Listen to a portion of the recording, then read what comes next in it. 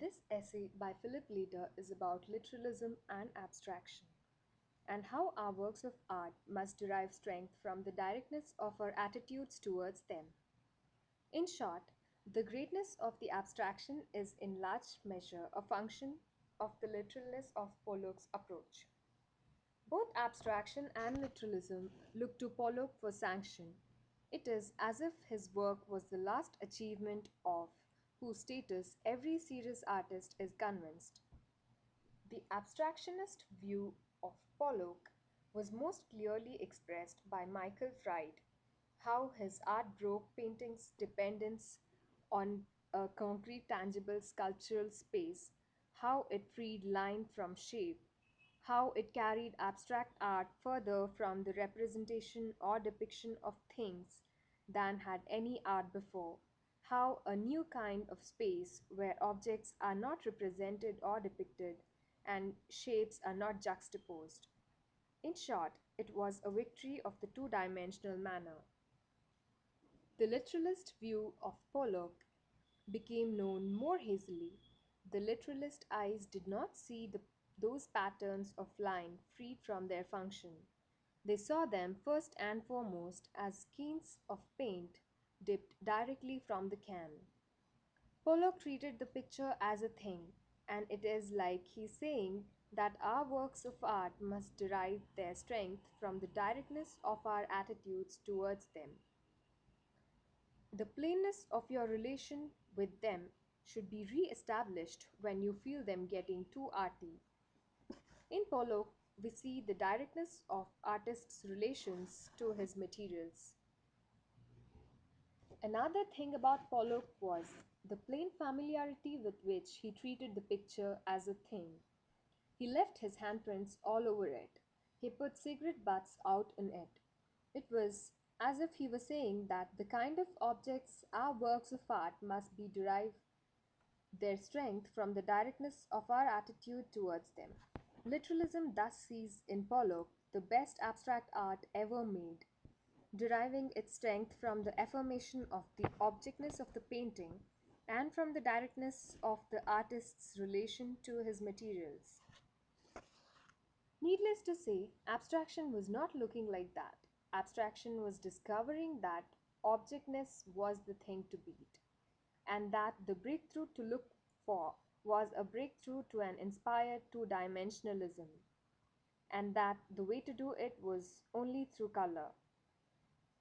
The differences were immense, can be seen simply by comparing a Noland circle painting with a John's target. One college student, Stella, saw in John's a way to an advanced all-overness. The cleverness, irony, and paradox parts were left to others. Perhaps figuring that if Still and Pollock could do without them, he probably could do too. Stella was crucially interested in keeping his pictures flat because he was crucially interested in making abstract pictures that could survive as post Pollock art. He was crucially interested in making abstract pictures and only in making abstract pictures. He had never been interested in anything else to this day. The consistency of Stella's anti literalist ideas throughout his career is remarkable, as the extensive quotations from both Stella's public and private remarks scattered through the catalogue text make this clear. Stella thought the biggest obstacles to a greater abstraction were structural and compositional, and he went to work overcoming these with a cold, smartaleck, humorless methodicalness that showed up in the paintings he finally exhibited at the Museum of Modern Art in 1960. And this was like a slap in the face. The pictures were insufferably arrogant. They seemed to reiterate nothing but insultingly simple pictures that only his paintings, however, seemed to understand. Thus, if you are going to make an abstract painting, then you cannot make it in the kind of space used for non abstract painting.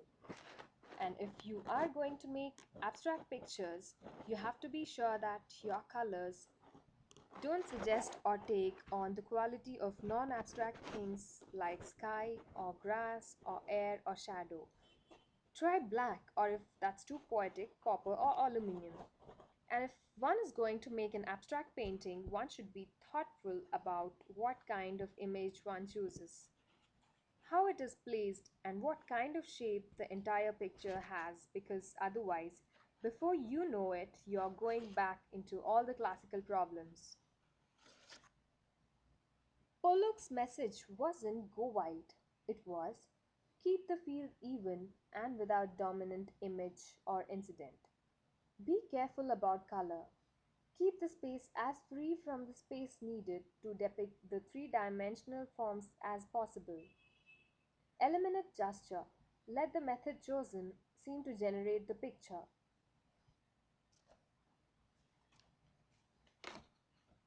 If the picture is working right as a whole, accidents like paint drifts, cigarette butts, and handprints don't matter.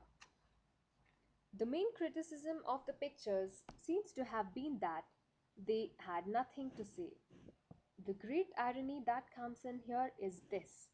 All the while that Stella is pursuing with ferocious single mindedness the idea of completely consistent non referential abstract painting, artists like Carl Andre and Don Judd are being absolutely fascinated with the literal objectness of Stella's paintings. Andre, who is very close to Stella in the early 1960s, seems to have been the first to draw the conclusion that almost all the literalist artists were to come to if the best painting was moving inevitably towards three dimensions.